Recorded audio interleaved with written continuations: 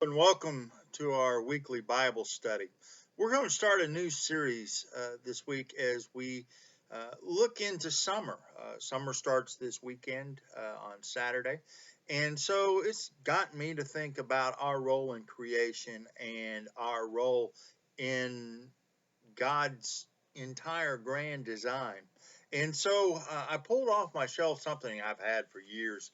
It is New Life to the Earth. This was put out almost 30 years ago now by the American Bible Society. They have some great little tracts and little Bible studies that you can get off of their website. It's not quite the same anymore because the publishing world has changed. Instead of publishing books and Bibles like they used to, so much of it now is internet based. So these are a little harder to run across than they used to be. They used to be really cheap and really easy to find. These are the folk who put out the today's English version. If you remember back in the 60s and 70s, that was a very popular translation. It was a paraphrase and used very modern language and had the beautiful little stick design drawings in the Bibles. Just a wonderful thing to have. Almost every youth group back then, that would be the Bible that they would use for youth groups and whatnot. Still perfect even today. Unfortunately, in our society, we seem to think that whatever's the latest and the newest must be better than what was right before it, and that's not always the case. Especially when it comes to Bible translations, there's some of the older translations that say things so much better and are so much more poetic in their nature. And so I'd always encourage you to especially if you're at a dollar or a library sale or something, especially if it's only costing you a few cents or a dollar to pick up a different translation Bible, it's well worth it sometimes just to see a different translation or a different perspective on a lot of those old favorite translations. Same can be said about the new ones. The new ones have their place and their advantages. Uh, but unfortunately, especially in the publishing world today, as in almost everything in our world, it has become very political. Whether or not you use inclusive language or you use strictly the male perspective or male vernacular, all these different things, unfortunately, come into play where your political view is taking front and center before your academic or your message view.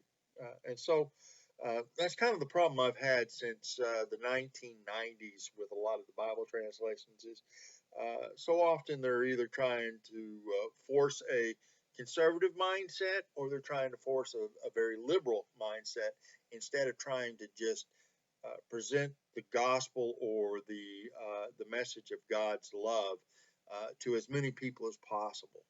Now, there are places for all these things. There is a place for a women's devotional Bible. There is a place for a men's devotional Bible. I guess there's a place for a dog's devotional Bible, and I don't want to leave the cats or the fish out of that either.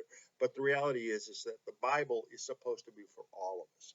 And with that said, today's English did a great job of that, of making the Bible very accessible for anyone, for no matter how.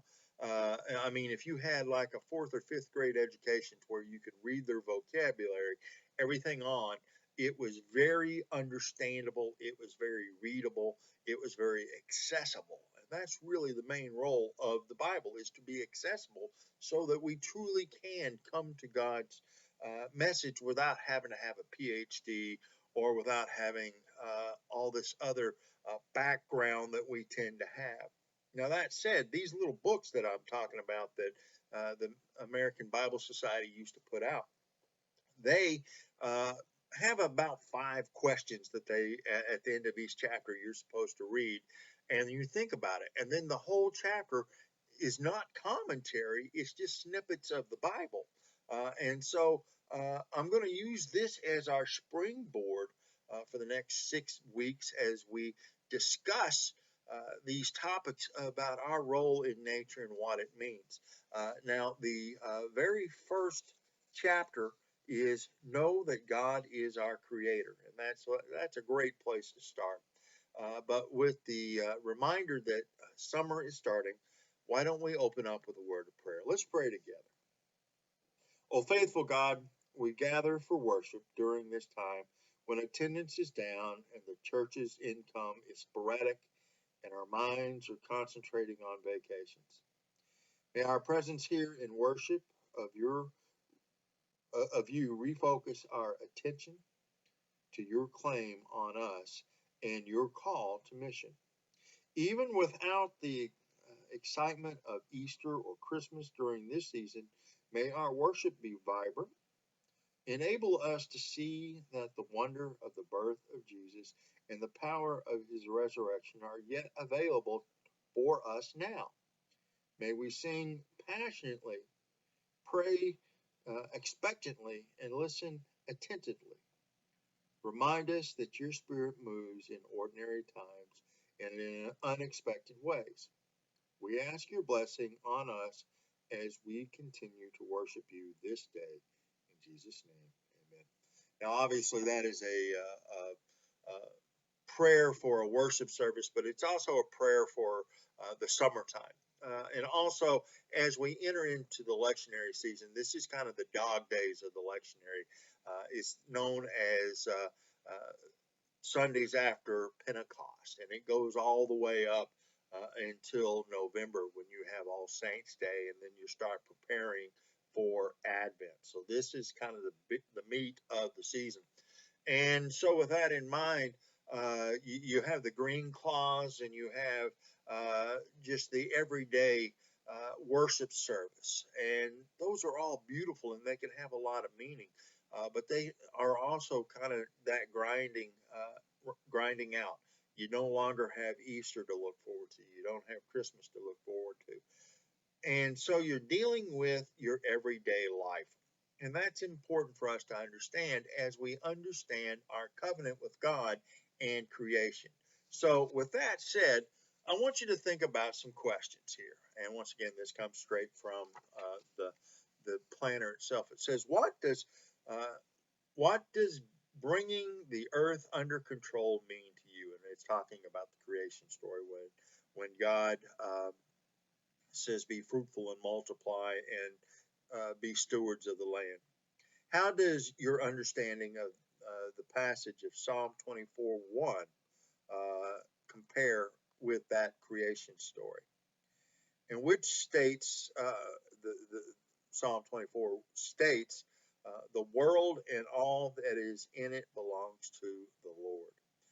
And so that's a reminder that we may be the stewards, but God, in fact, is the one who owns it or is in charge. Second, in what ways are human beings made to be like God? Now, this goes back to Psalm 8, where David says, what is man or what is humanity that you are mindful of us? You've made us just a little beneath the angels. And what does that mean to us? So, what are our roles in that? Does sharing in the likeness of God carry responsibility for caring for God's creation? So God has made us in God's own likeness. What does that mean? What are our responsibilities? What are our requirements? How should we handle that? Also, 3, at the time of creation of the world, God was pleased with everything that was made. Do you feel that the state of creation today reflects what God intended? Is God still happy with creation? Is God still going, yeah, I did a pretty good job on that? Or is God starting to kind of be a little frustrated with where we've gone over the last thousands of years? Okay. According to Psalm 19, God's glory is revealed in creation. Do you think this is true today?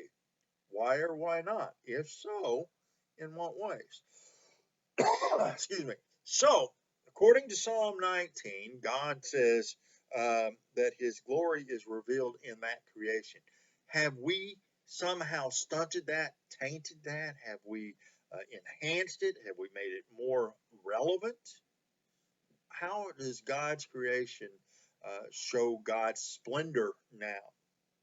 And finally, how much does God love the world? And to this, it's talking to us about the Colossian passage. It's Colossians 1:15 through 20.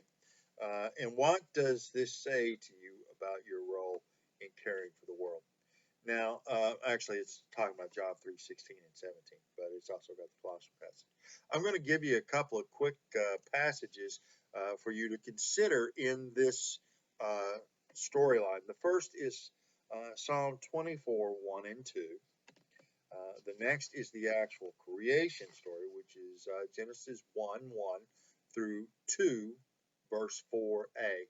Now, you need to also understand that in Genesis, there are actually two creation stories. The way Genesis is written, especially the very beginning of Genesis, it was taking the oral history of the Israelite people and actually finally putting it down on paper, as we would say today. Obviously, they were using tablets or whatever their resources were at the time. But they were actually trying to codify the actual creation stories. And there are two. One is an El story and one is a Yahweh story. These are different names for God.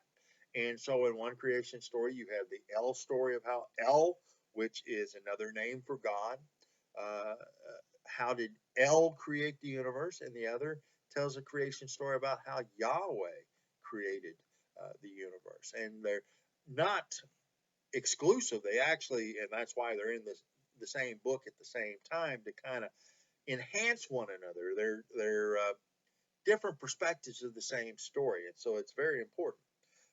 Next passage they have for us is Acts 17, verse 24 through 28a, and then they go to Acts 14, 17,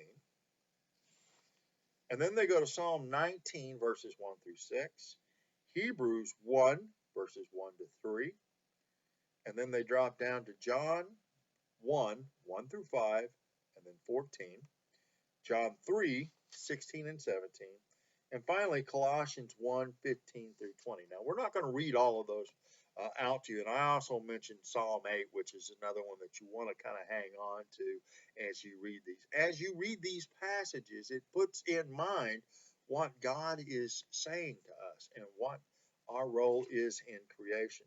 For example, let me read you the Acts 14, 17. He has always given evidence of his existence by the good things he does. He gives you rain from heaven and crops at the right times. He gives you food and fills your hearts with happiness. We'll also find this when we study the Ecclesiastes book. Ecclesiastes is written by Koheleth, and it is a great story.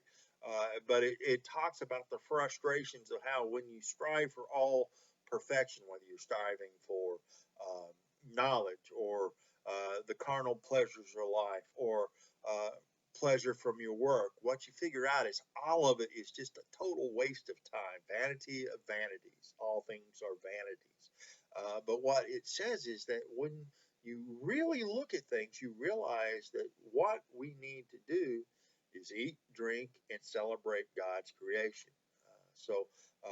I want you to also maybe look at Ecclesiastes 3, verses 1 through about 15.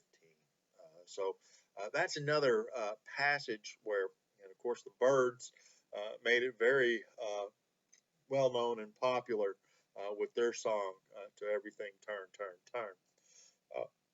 So as we understand creation, we start to try to understand our role in it. And what is our role? What is the role that we're supposed to play, not only in ecological justice, but also in social justice? What is our role that we're supposed to play as we look at all that God has made us? Because if you go back and you look at the creation story, as we're about to do right now, hear these words. Let's see here. All right. Then God said, and now we will make human beings, and they will be like us and resemble us. They will have power over the fish, the birds, and the animals, domestic and wild, large and small. So God created human beings, making them to be like himself. He created them male and female, blessed them, and said, have many children so that your descendants will live all over the earth and bring it under their control. I'm putting you in charge of the fish and the birds and all the wild animals. I have provided all kinds of grain and all kinds of fruit for you to eat. But for all the wild animals and for all the birds, I provided grass and leafy plants for food. And it was done. And God looked at everything he made, and he was very pleased. And evening passed, and morning came, and it was the sixth day. So God makes humanity at the end of creation. It's actually kind of interesting when you look at the creation story, how much it actually does follow an evolutionary process. And if you don't get hung up on God having to make the universe and the earth in 6 days, it truly can be a phenomenal, beautiful, poetic story about creation and how it works. But it also is couched with responsibility. Um, and it goes back to our American concept about the fact that we have freedoms, but with those freedoms comes responsibilities. So God is giving us freedom to be fruitful and fill the earth, but God is also making us responsible for the animals, making us responsible for the crops and for the air and for everything of the creation. God is making us a steward. Now, the story about the steward and what the word means, it actually means styward. And a styward back in the Dark Ages was the guy who was in charge of keeping the pigs. And this was an important job in the community because you had to make sure that those pigs got fed and you had to keep them healthy. And you had to do all of this because those pigs were what was going to get you through the winter. That was your food in the winter. And so there were two people in every community in Europe during the Dark Ages that were very important. There was the styward, and then there was the guy that was in charge of the community fire. And that fire would be a huge fire in the middle of the community. And if ever you needed to have something going for your own fire in your cottage to cook your supper or whatever it would be, you could go to this, uh, well, for lack of a better word, bonfire that had been, coals had just been burning for literally years. They'd never let this thing go out. Everybody in the community had to bring wood to help keep the thing fed. And it was so big and so hot and so constant that even rain couldn't put it out. And it was this guy's job to make sure it didn't get put out. He was the one that made sure that the wood would get put on, and he was the one that would protect the coals because starting fire wasn't as easy as it is now. Now I can reach into my pocket right now and pull out my Bic lighter, and I could start a fire. Or we have electronic ignitions on literally any kind of gas stove now, whether it be a camping stove or the kitchen stove down in your church kitchen. We have all these ways of starting fire, and it's amazing and it's great. It's not how it always was. Fire used to be very hard to come by. And you'll know that anytime you try your hand at trying to start a fire from scratch with only rudimentary things. When you're sitting there with a bow and string trying to get some kind of ember going, it is a pain. But these two people, it was their job to protect the entire community with these two essential things, the pigs and the fire. And it was their job to make sure that no matter what else happened, there was always meat and there was fire. Because if you had those two things, everything else was negotiable. You could always walk a little further and find some clean water. You could always uh, do something else, maybe find some roots to live off of or something. But you had to have food and you had to have fire. Those are the things that were essential. And so our role is still there. The word steward now has become to mean the one who's in charge of taking care of things, whether it's money for the church or whether it's being a good steward of the land. We have stewardship programs now in our governments, especially like when you go out to Iowa, they have century farms that have been in the same family and are now recognized by the state as having been in a family and been constantly farmed for over 100 years. But they also have conservation programs and things of that nature. That is your job. You're the one who's supposed to be taking care of those farms. And so God has placed us in a place of management or a place of responsibility.